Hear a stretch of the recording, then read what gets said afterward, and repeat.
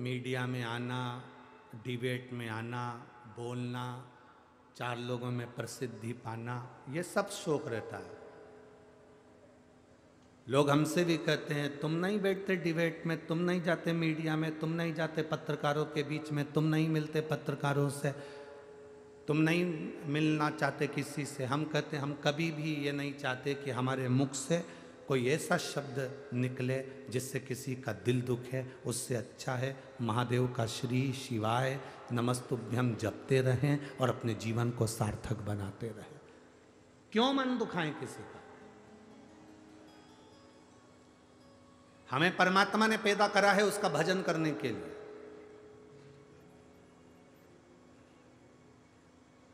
ना तो हम संत बनेंगे, ना हम साधु बनेंगे, ना हम घर छोड़ेंगे, ना हम परिवार छोड़ेंगे, ना हम गंगा जी के घाट पे जाके बैठेंगे, ना हम वन में जाकर बैठेंगे, ना हम जंगल में बैठेंगे। आपको भी निवेदन है, आपको जंगल मंगल में जाके नहीं बैठना, आपको साधु संत नहीं बनना। अपन जैसे हैं वही अच्छे हैं। अपन तो अपनी पत्नी के बेरू अच्छे हैं, अपने को नहीं बनना। और माताओं से भी निवेदन है, तुम कभी ये मत सोचना कि अपन संत बन जाएं, सन्यासन बन जाएं। नहीं नहीं नहीं, तुम तो जगदम्बा अच्छी हो। तुम्हें संत साधु सन्यासी तपस्वी नहीं बनना। और ना मेरे जीजा उनको कुछ बनना है, हम तो बने बना है। शादी के पहले बेवकूफ बन गए वही बहुत है। तो तुम ऐसा सोचो ही मत कि अपने को कुछ बनना, अपन तो बन गए जो बनना था। ना संत बनना है, ना साधु बनना है, ना हमको तपस्वी बनना है, ना हमें कोई वन में रहने वाला सन्यासी बनना है। हम तो जिस घर में रह रहे हैं, बच्चों का अच्छा बाप बन जाऊं, पत्नी का अच्छा पति बन जाऊं और माता पिता का अच्छा बेटा बन जाऊं। इससे बढ़कर दुनिया में और कुछ नहीं। हम वही तो अच्छे से नहीं बन पा रहे, हम वही अच्छे से नहीं बन पा रहे। तो हम संत क्या बनेंगे, फिर साधु क्या बनेंगे, तपस्वी क्या बनेंगे?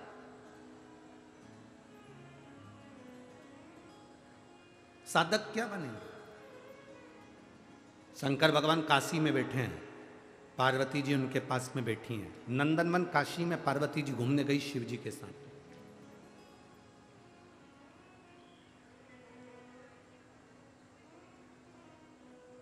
पार्वती जी जब घूमने के लिए गई तो माता पार्वती जी को शिव जी वहां छोड़कर शंकर भगवान कहीं चले गए। पार्वती से कहा तुम यहाँ रुको। पार्वती जी कहती हैं मैं यहाँ अकेली। शिव जी कहते हैं अकेली नहीं हो, तुम रुको, ये नंदन वन है, यहाँ से जो तुम मांगोगी वो तुम्हें मिल जाएगा।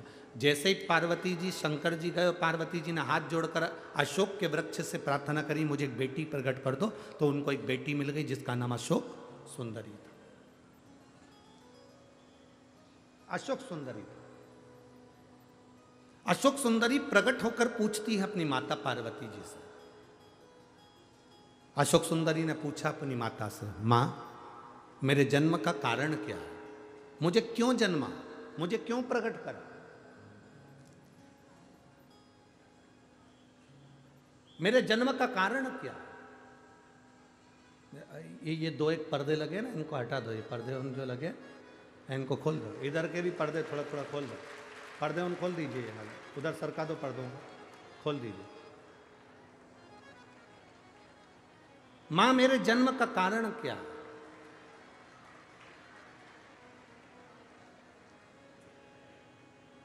हाँ खोल दो, पूरे पर्दे खोल दो, माता सरका दो।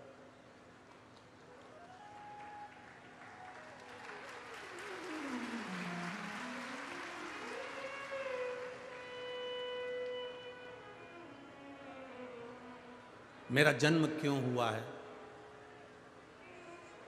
मेरे जन्म का कारण क्या है, क्यों जन्मी मैं, किसने, मेरा जन्म क्यों हुआ, किस लिए हुआ?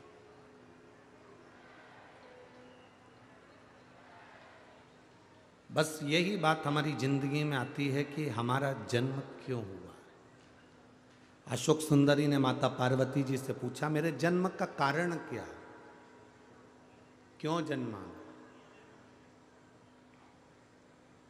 पिता कह रहे हैं बच्चे के लिए, दो पति पत्नी रोड पर झगड़ रहे थे, बीच मार्ग में झगड़ रहे। पति कह रहा मैं बेटे को डॉक्टर बनाऊंगा, पत्नी कह रही मैं इंजीनियर बनाऊंगा।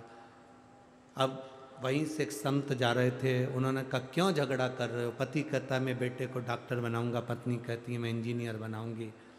संत ने कहा बेटे को बुला लो, पूछ लो कि डॉक्टर बनेगा कि इंजीनियर बनेगा। इतने में पति पत्नी दोनों बोले अभी तो वो पैदा ही नहीं हुआ है। जो पैदा ही नहीं हुआ अभी उसकी उलझन चल रही है कि तू डॉक्टर बनेगा कि इंजीनियर बनेगा। आपने थोप दिया, तुझे ये बनना ही पड़ेगा। एक बार बेटे से तो पूछो, पापा, बच्चे से पूछो कि तू क्या करना चाहता है, तेरे आगे की लाइफ क्या है, क्या करना चाहता है, क्या बनना चाहता है। कितनी होड़ लगी है, बेटे को डॉक्टर बनाना है, कलेक्टर बनाना है, एसपी बनाना है, आईएएस ऑफिसर बनाना है, इंजीनियर बनाना है, सीए बनाना है, ये बनाना है, वो बनाना है। आज तक कोई माँ हमारे पास आकर नहीं बोली कि मेरे बच्चे को मुझे नामदेव तुकाराम रामकृष्ण परमहंस स्वामी विवेकानंद बनाना। एक नहीं आई।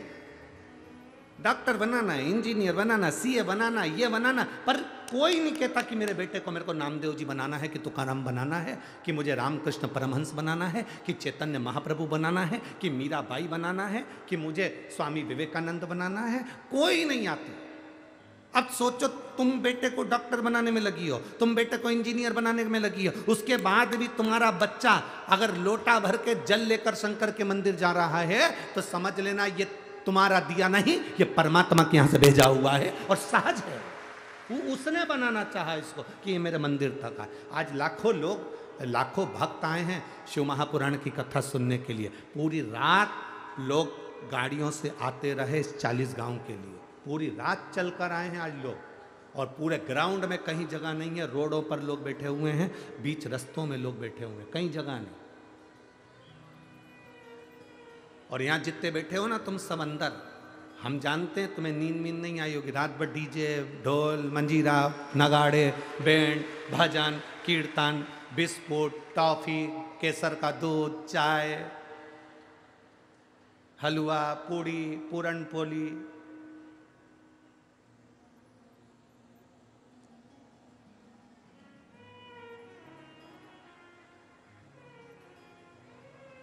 हमारा भी मन होता है तुम्हारे साथ एक बार तो रुके पंडाल के अंदर हो। आनंद की अनुभूति वही है।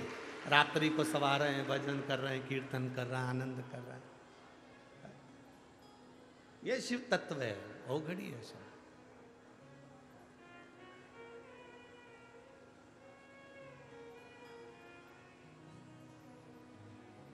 लाखों की संख्या में आप लोग पहुंचे,